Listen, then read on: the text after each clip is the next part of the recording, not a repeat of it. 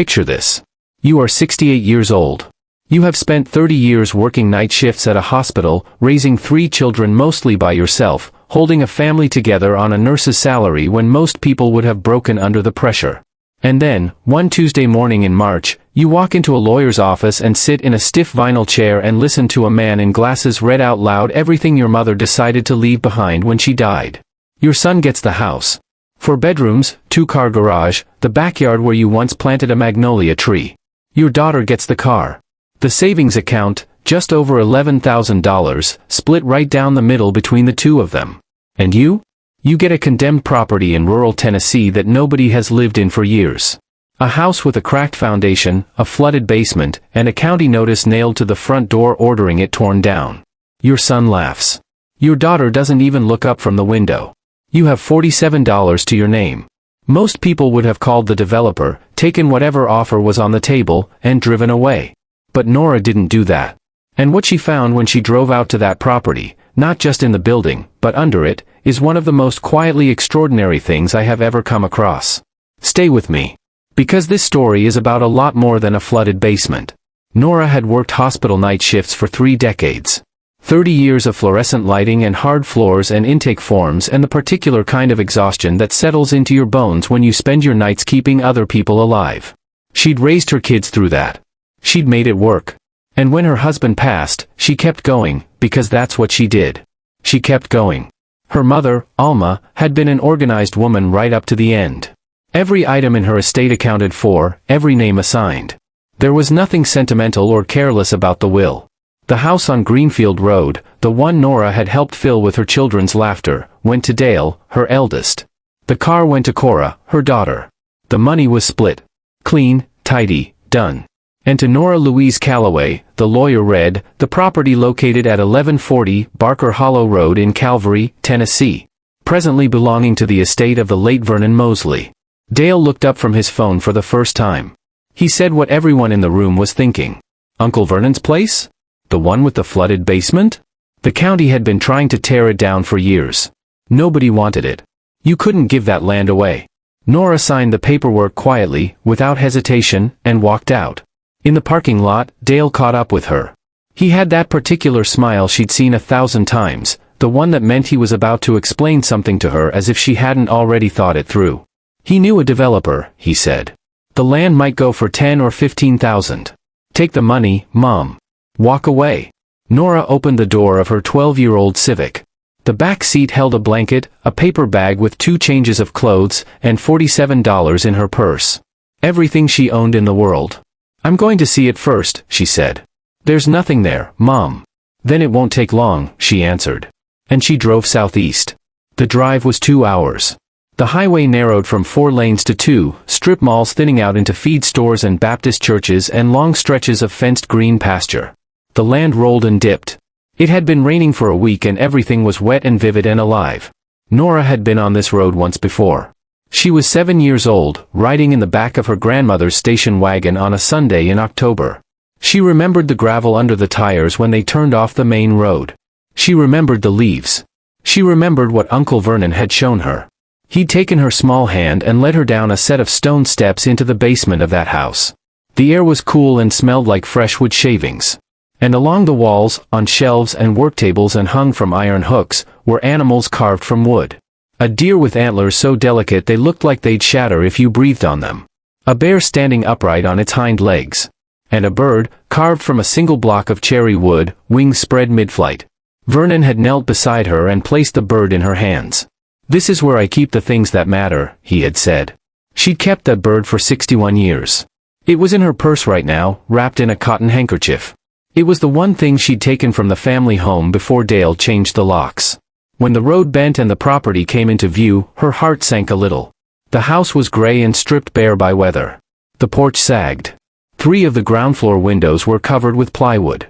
The county's condemned notice was nailed to the front door, yellow paper fluttering in the breeze. The yard had gone completely wild. And on the porch, sitting in a stripe of late afternoon sun, was a dog.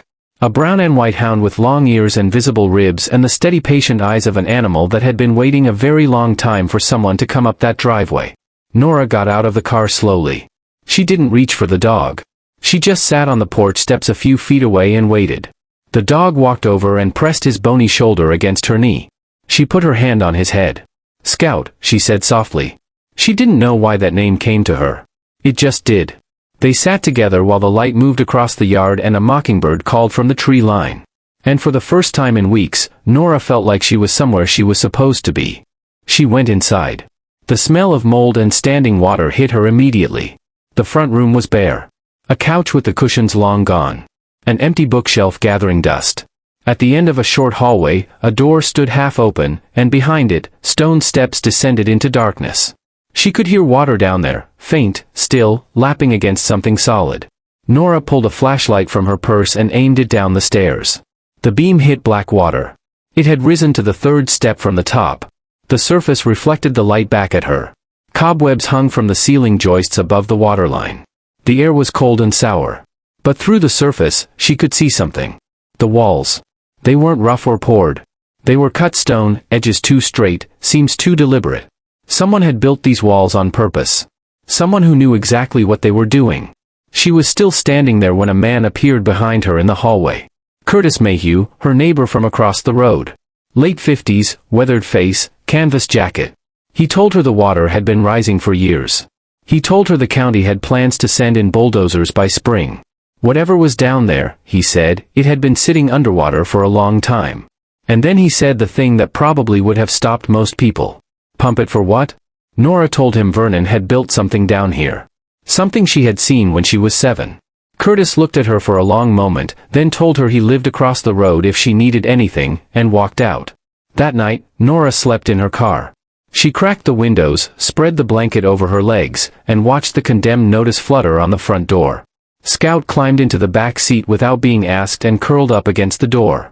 The temperature dropped into the low 40s. She did not cry. There was no one to cry to, and nothing it would fix. In the morning, she drove into town. Calvary was a small town. One main street with a hardware store, a post office, a diner with a hand-painted sign. Nora went to the hardware store and put a sump pump, 50 feet of discharge hose, a box of heavy-duty trash bags, and a pair of rubber boots on her credit card. She'd figure the rest out later. The man at the register looked at her purchases and asked which property. The Mosley place, she said. He told her the house was condemned. The house is, she said. The basement isn't.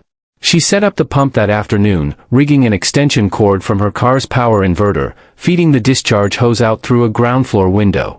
It was slow, maybe 200 gallons an hour, but the water moved.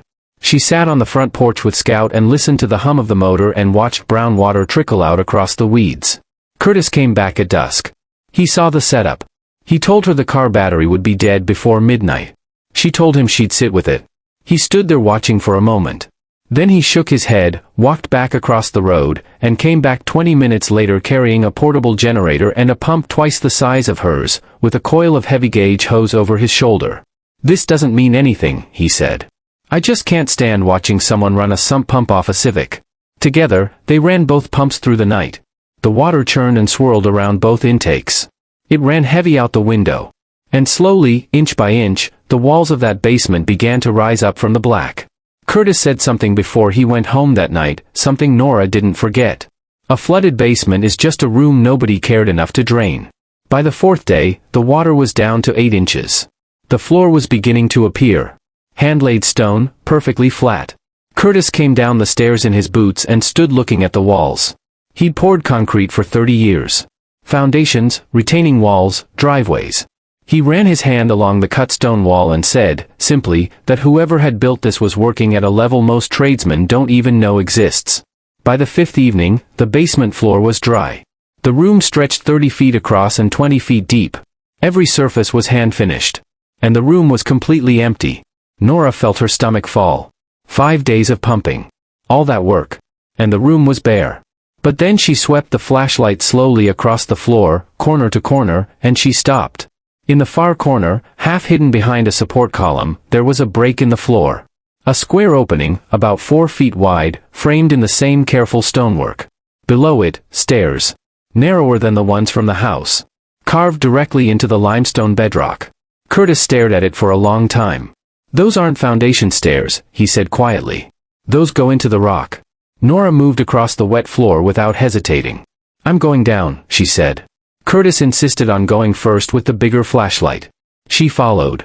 Scout stayed at the top of the stairs and watched them go, chin on his paws. The stairway curved left as it descended, 22 steps in all, each one carefully carved with flat treads and even risers. At the bottom, the passage opened up into a room that should not have existed. The ceiling was vaulted, arching over a space at least 50 feet deep and 25 feet wide. The floor was smooth stone. Iron hooks hung from the ceiling. Heavy oak shelves lined the walls from floor to arch. 2 long work tables ran down the center of the room. And covering every surface, the shelves, the walls, the floor, was furniture. Chairs of every kind. Armchairs with flowing, seamless joints. Kitchen chairs with turned spindle backs. A dining table with legs shaped like tree roots, the grain running in natural curves. Cabinets with dovetailed joints so tight you couldn't see the seams. A chest with a lid carved in a relief of mountains and trees. A child's rocking horse with a real horsehair mane. Every piece finished. Sanded, oiled, polished, and waiting. Curtis stood in the middle of it all and said, simply, "My God." Nora couldn't speak at first. She walked between the benches, running her fingers along the wood. And then she understood, fully, completely, what her uncle had been doing down here for 40 years. He hadn't been hiding. He had been building. Near the back of the workshop, Nora found a cabinet. Walnut so dark it was almost black. A single door, a brass lock, and it wouldn't open. She searched the shelves, the bench drawers, the small wooden boxes in the corner. No key. Her phone rang. It was Dale. He'd spoken to the developer again. $122,000 for the lot, as is, no inspection. A good offer for a flood zone property, he said. She should take it. Nora told him what she'd found. The stairway. The vaulted room. The 43 pieces of hand-built furniture. Silence on the line. "Mom, that property is condemned." "The house is condemned," she said. "What's underneath it isn't." She hung up. The next morning, a woman appeared at the top of the stairway. Old, small, leaning on a wooden cane. White hair and a face like a walnut shell. She came down the stairs one careful step at a time, waving off Curtis's outstretched hand with a sharp flick of her wrist. Her name was May. She'd lived across the road for 52 years, and she'd watched Vernon disappear into that basement every single afternoon. She'd heard the saws at night. Smelled sawdust when the wind blew east. Vernon had shown her the workshop once, about 15 years before he died, and he had sworn her to silence. He didn't want credit, May told them. He didn't want people knowing where the furniture came from.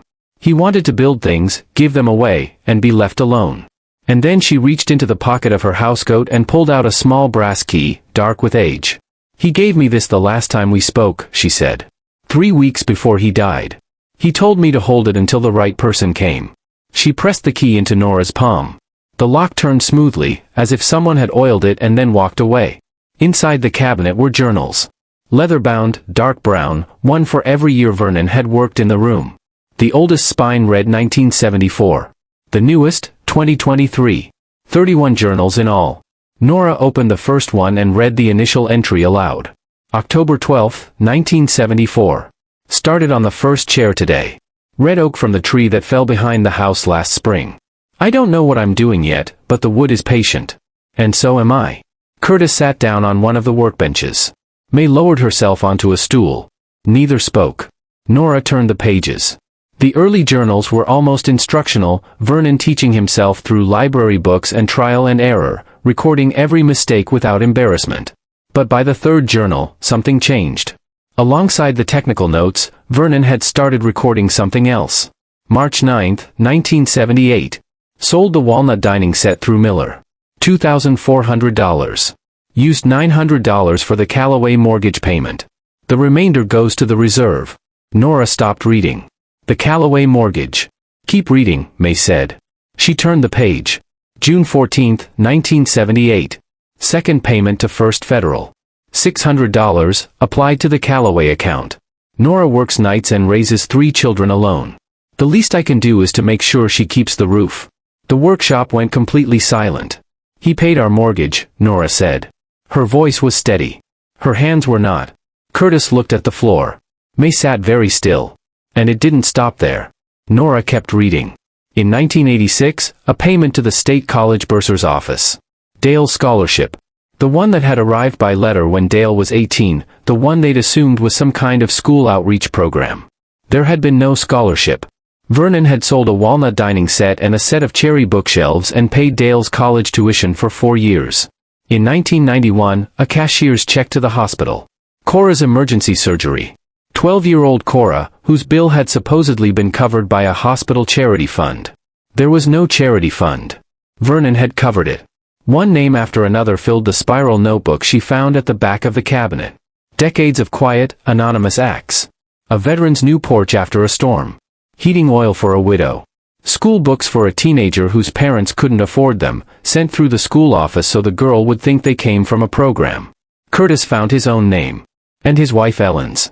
A cherry rocking chair, sent for their wedding in 1996. The chair Ellen had sat in every night for 27 years. The one he still couldn't look at. He took the notebook from Nora's hands. Read the entry twice. Then handed it back without a word. In the journal marked 2021, the tone shifted. January 15th, water in the northeast corner. Seepage through the wall joint. February 2nd. The seepage is worse. It's not rain. The water table hasn't changed in 50 years. Something shifted the drainage. March 10th. I walked the creek line today. The channel has moved. Someone regraded the bank. April 1st. A man came to the house today. Suit, briefcase, a folder full of papers. He said he represented a development group interested in purchasing the property. I told him it wasn't for sale. He said they were prepared to offer $50,000. I told him the answer was the same at any price. Nora read the next entry slowly. The water had kept rising. Vernon had moved the furniture to the south side of the workshop. He'd called the county about the creek regrading. They told him a drainage survey had been conducted in March as part of a development feasibility study. Routine, they said. The file was incomplete. No one could tell him who had requested it. The water was up to the third stair by August. Vernon's last journal entry, dated February 26, 2023, was 2 lines. I'm tired. I hope Nora comes. Tucked inside the back cover was a business card. White, with a blue logo. Land Solutions Group LLC, Development, Consultation, Acquisition. On the back, in Vernon's careful handwriting, was a single letter. D. Nora folded the card and put it in her pocket next to the wooden bird. D for Dale. Curtis walked the creek line the next morning. He was gone 2 hours. When he came back, his boots were muddy to the knee. The old channel was still there, he said, dry and silted up, overgrown. But someone had cut a new channel through the bank, machine work, not erosion, done all at once. The water had been redirected straight toward the north side of the property. No survey flags. No permits posted at the access point. Whoever did it moved fast and didn't file anything. Dale arrived 3 days later. Not in a suit this time, jeans, a gray fleece jacket, the look of someone who hadn't slept well. He'd stopped at a gas station in town and a woman had asked if he was related to Vernon Mosley. She told him Vernon had paid for her daughter's school supplies every year for a decade. I didn't know what to say to her, he told Nora. She let him see the workshop. He walked through it slowly, touching the back of a chair, opening a cabinet door. He said it was incredible. Sit down, Dale, she said. She put 3 journals on the bench beside him and told him to read. He went quiet for a long time. Then, on the scholarship entry, this says he paid my tuition. He looked up. I thought there was a merit scholarship. There was no merit scholarship. Dale's jaw worked. He kept reading. Found the hospital entry. Found his own name on the list. Nora set the business card on the bench between them. He stared at it. His face went white. She told him about the creek. About Curtis's findings. About the machine-cut channel. No permits, no markers. The water had started rising the same month the development company ran a feasibility survey on the property. Dale walked to the far end of the workshop. His back was to her. His hands were shaking. I made a call, he said. I told the development group about the property. I told them Vernon was old. That the house was falling apart.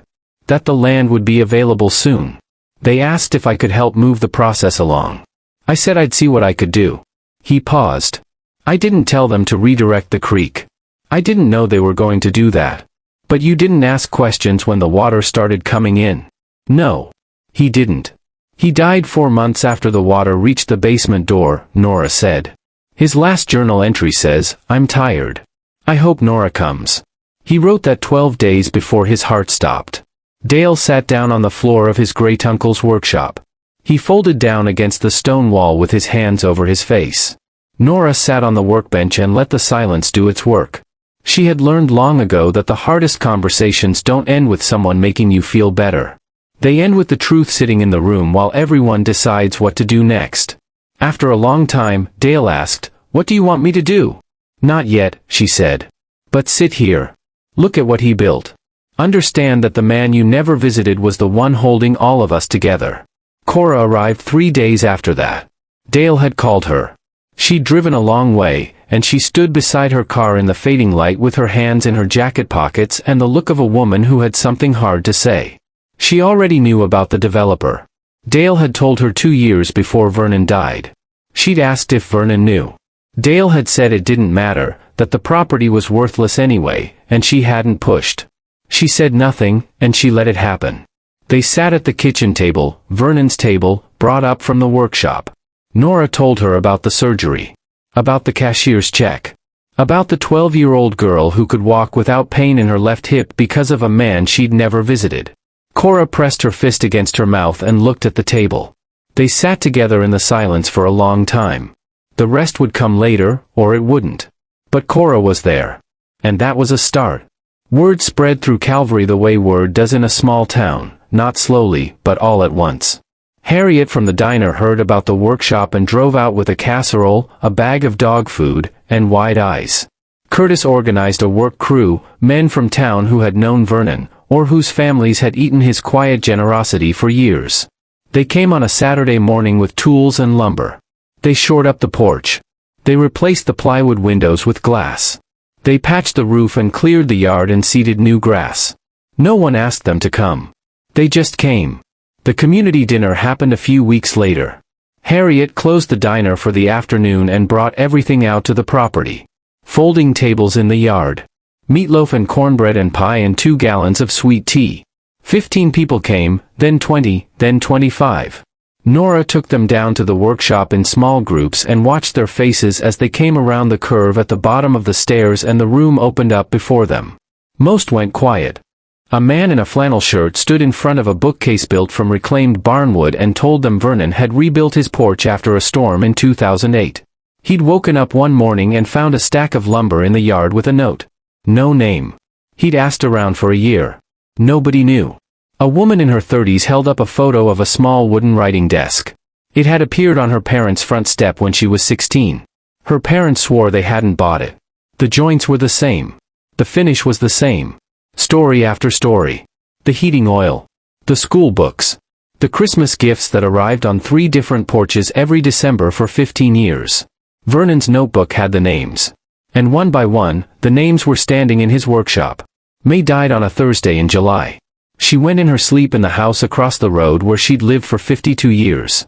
At the service, Nora stood at the front of the small church and told the story of the brass key and the journals and the letter. She told them that May had held a promise for 2 years, waiting for the right person to arrive.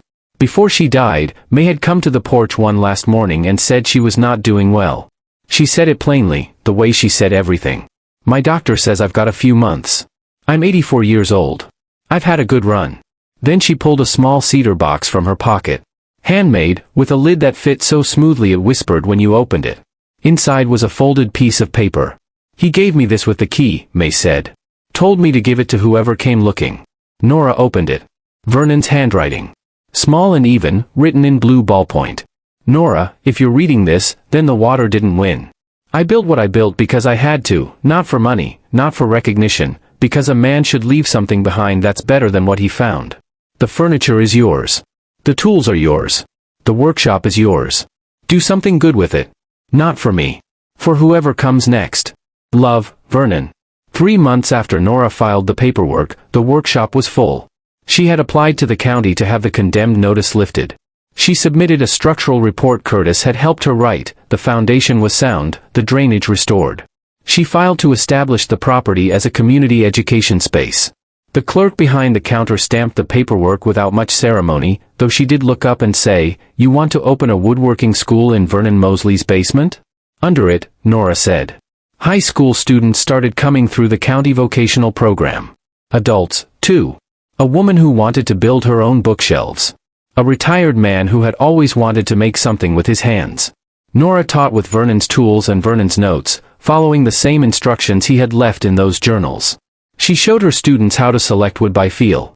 How to cut a dovetail joint. How to sand until the surface felt like warm glass under your palm. Vernon's furniture still lined the walls, not as decoration, but as instruction. Every piece a lesson built in wood. Students could walk up to any cabinet and study the joints, pull open a drawer, examine the way the grain had been oriented for strength. Curtis helped with the heavy work. He had a way with the quiet students, the ones who sat in the back and watched without talking. He'd pull a stool beside them and work in silence until they were ready. It reminded Nora of how he'd shown up that first night with a generator in his hands. Dale came on weekends. The first time, he stood in the doorway and watched for an hour. The second time, he sat at a bench and picked up a chisel. By the third weekend, he was building a small box, rough edges, simple joints, nothing like Vernon's work, but built with his own hands, in the room his great-uncle had carved from the stone. He never talked about the developer. He never talked about the creek. He just showed up and worked. And when Nora looked at him across the workshop, she saw something she hadn't seen in her son in a very long time. He was trying. Kora brought her 2 children on a Saturday in June. The girl was 7, the same age Nora had been the first time she came down these stairs. She found the cherry bird on the shelf where Nora had placed it beside Vernon's photograph. "What's this?" she asked. "Your great-great-uncle made it," Nora said. "He gave it to me when I was your age." The girl carried the bird around the workshop all afternoon, showing it to students, telling anyone who would listen that her uncle had made it from a single piece of wood. Nora watched her and thought about Vernon kneeling on the floor of this room 61 years ago, placing that same bird into the hands of a 7-year-old girl and trusting that it would matter. It had. On an evening in late summer, Nora sat on the porch with Scout beside her and the wooden bird in her hand. The yard was green now, mowed short. The mud and weeds were gone. The boarded windows had glass in them. The condemned notice had come down. In its place, a small hand-painted sign read, "Vernon Mosley Community Workshop." Through the open front door, she could hear Curtis downstairs. Oiling the hand planes. Sweeping the stone floor. Keeping the space ready for the next day's students, the way Vernon had kept it ready for decades. She thought about what the story of this place had cost. $47 and a flooded basement and a dog that wouldn't leave the porch. 5 days with 2 pumps running through the night. A creek redirected by a man who had no idea what he was drowning. And she thought about what it had given back. Not just to her, but to the dozens of people whose names were written in that spiral notebook. People who had received warmth or light or education or medicine and had no idea where it had come from, who had thanked God or fate or luck when the thing they needed appeared, never knowing it came from a quiet man in a basement cutting stone by hand. Vernon's last journal entry had 2 lines. "I'm tired. I hope Nora comes." He had spent 40 years building something in secret, pouring his earnings and his skill and his time into other people's lives without ever asking to be seen. He had watched the water come in. He had heard it rising at night. He had known he was running out of time. And he had trusted, not a lawyer, not a newspaper, not a county record, but a person. One person. The one who had held a carved bird in her hands when she was 7 and had not forgotten. She came. With $47 and a car with 162,000 miles on it and a pump that ran off a power inverter. She came and she drained every inch. What's underneath a flooded basement? Sometimes nothing. Sometimes mud and mold and broken wood and the ruined remnants of something that couldn't be saved. And sometimes, if someone cut the stone by hand and built the walls true and laid the floor level and carved the furniture and trusted that the right person would eventually come down the stairs, sometimes what's underneath is something worth far more than anyone who walked away could ever imagine. Being forgotten doesn't mean you didn't matter. Sometimes it just means you were so quiet about the good you did that nobody thought to say thank you. Vernon Mosley mattered. And now people knew. If this story moved you, share it with someone who needs to hear it. And if you've made it all the way to the end, thank you for staying. That's exactly the kind of person Vernon would have built something for.